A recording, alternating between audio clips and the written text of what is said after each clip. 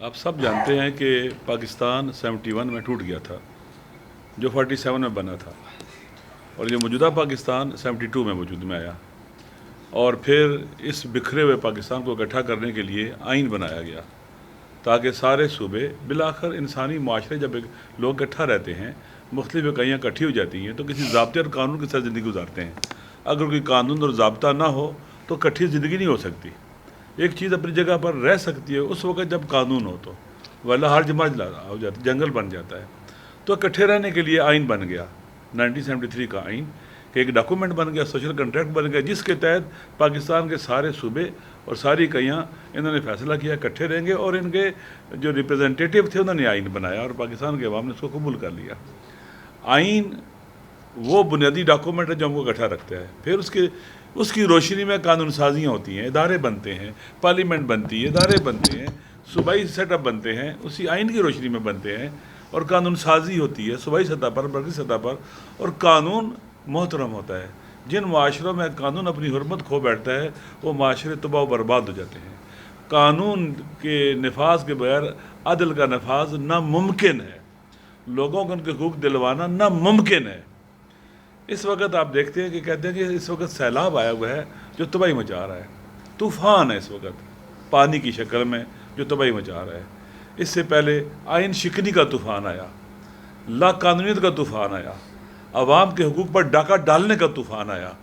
8 فروری کو عوام نے جو فیصلہ کیا تھا اس کو اس لا قانونیت اور آئین شکنی کے طوفان کے ذریعے بدلنے کی کوشش کی گئی، اور ملک تباہی و بربادی کے حوالے کر دیا گیا ہے۔ اگر کوئی یہ سمجھتا ہے کہ آئین شکنی کر کے یا آئین کی روح ختم کر کے، جو آئین بنایا تھا ہمارے اسلاف نے، اس کی روح ختم کر کے اور اس کو ایک بالکل ایک پیرالائز قسم کا آئین بنا دیں اور پھر اپنی مرضی کے قوانین بنائیں، اور وہ قوانین جو دراصل قانون کی روح کے خلاف ہیں، جو فلسفہ قانون سازی کا اس کے خلاف ہے، تو اس نتیجے میں کیا ہو جائے گا؟ ملک تباہ و برباد ہو جائے گا، ادارے ارریلیونٹ ہو جائیں گے۔ اب پنجاب میں کوئی ادارہ ہے؟ سیلاب آیا ہوا ہے، ہر طرف ایسا ہی ہے۔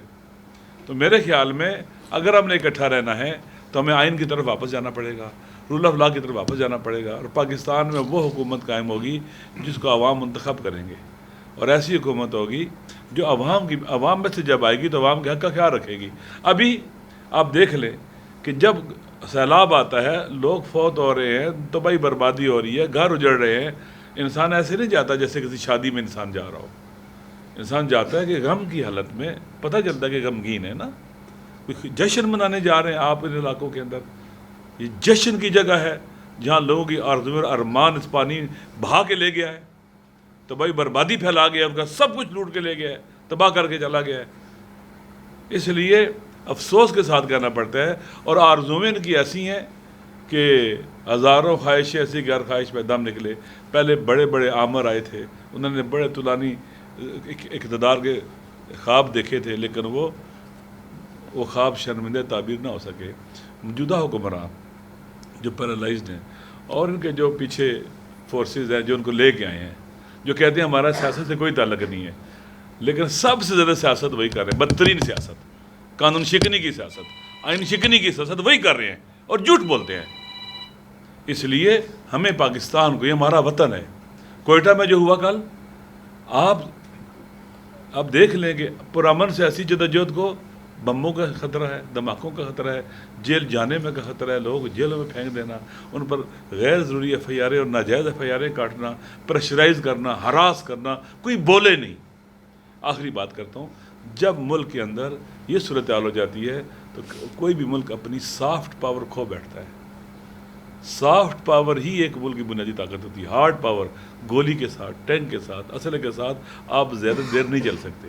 سافٹ پاور آپ کو دلوں میں لے جاتی ہے، آپ کی طاقت کو بڑھاتی ہے، دنیا میں آپ کا امیج بہتر کرتی ہے، آپ کو لوگ آپ سے محبت کرتے ہیں، آپ پر اعتبار کرتے ہیں۔ اس ملک کے اندر اس کی سافٹ پاور مر چکی ہے۔ جوزف نائے کی کتاب پڑھنے والی ہے، مر چکی ہے ہی نہیں ہے۔ الٹیمیٹلی نیشنل پاور بھی نہیں رہی ہے، ٹوٹ توڑ پڑ رکھ دیا اپنے سوسائٹی اور معاشرے کو۔ اس لیے ضروری ہے کہ ہم آئین کی طرف لوٹیں، پاکستان کی خاطر، پاکستان کے عوام کی خاطر، اپنے فیوچر اور مستقبل کی خاطر، اور خدا کی خاطر، قانون کی خاطر، آئین کی خاطر ہمیں واپس آنا پڑے گا۔ اگر نہیں آئیں گے، ایک وقت آئے گا جب آپ غلط راستوں پہ چلتے ہیں نا، آگے کھائی میں گرتے ہیں۔ انہوں نے گرنا ہے کھائی میں۔ کہاں ہے مشرف؟ کہاں ہے وہ عامر جن کی کتنی آواز ایسے بولتے تھے جیسے خدا ہے زمین پر؟ یہ آج کے خدا بھی دیکھنا نشان عبرت بنیں گے. یہ اللہ کا قانون ہے، ظالموں کا انجام برا ہوتا ہے. یہ خدا نے قرآن میں کہا ہے، اور اللہ ان سے انتقام لیتا ہے. واللہ عزیز انتقام. انشاءاللہ مجھے امید ہے کہ پاکستان کے عوام ہی جیتیں گے، مظلوم ہی جیتیں گے، محروم ہی جیتیں گے، اور یہ ظالم اور فساد پھیلانے والے، کرپشن کرنے والے ضرور ہاریں گے انشاءاللہ.